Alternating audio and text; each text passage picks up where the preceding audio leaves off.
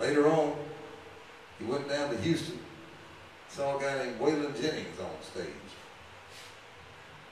And Waylon Jennings, for some reason, lit a fire in Billy Joe. And maybe at that time, Billy Joe thought about his English teacher.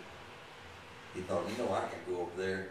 I've always thought I could sing, but you know, if I went up and sang my songs, if I put my words down on paper like my English teacher told me, just maybe I can do the same thing this guy is. So he got out there on the road, and he got on Interstate 20, and he got on the right-hand side of the road, the one going west.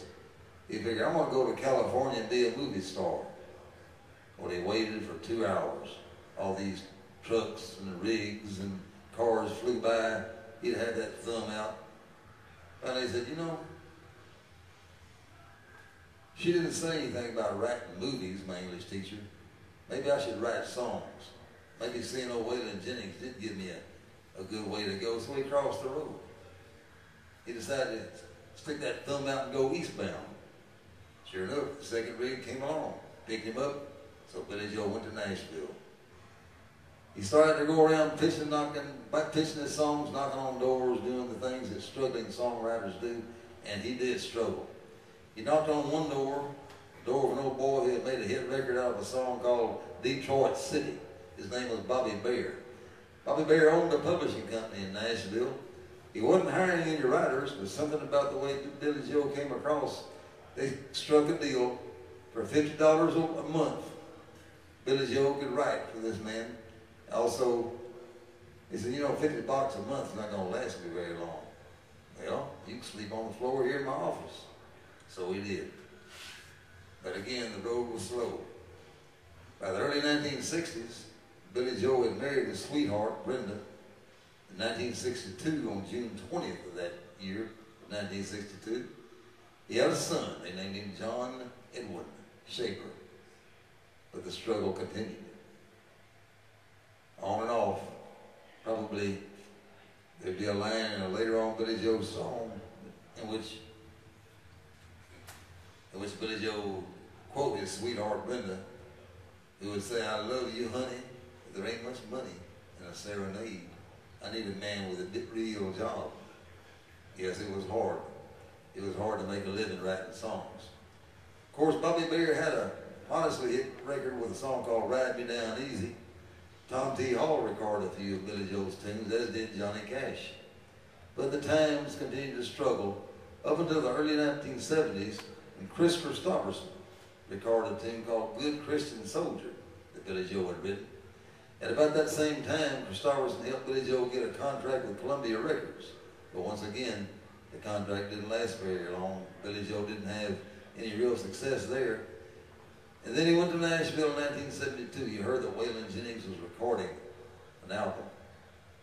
And he remembered seeing Waylon Jennings. So he got a hold of him. He said, you know, you ought to write some of my songs. Well, okay. Well, give me a call next week and we'll talk about it. So Billy Joe called him the next week. But he wouldn't get an answer. He called him again. He wouldn't get an answer. Finally, Billy Joe said, you know what?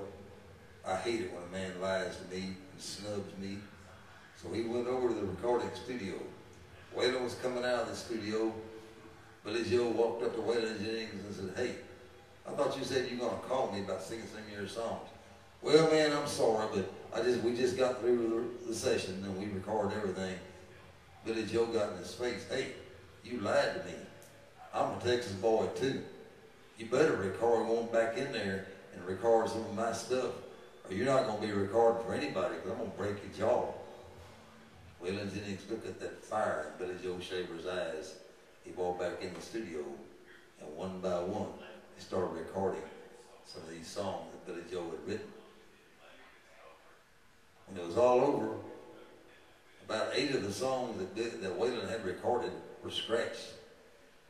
The song, the album, turned out to be a monumental album. It is believed to be the very first album that created what became known as the 1970s as the outlaw movement. The album was entitled Honky Tonk Heroes, and every tune but one, or Honky Tonk Heroes, was written by Waylon Jennings. Waylon Jennings had been just sort of a modestly successful country music entertainer, but he didn't really have a style that really identified him until he found a writer who could write the way Waylon felt. So within 2 years, Waylon Jennings, as a success of Honky Tonk Heroes, was a major superstar along with his buddy, Willie Nelson.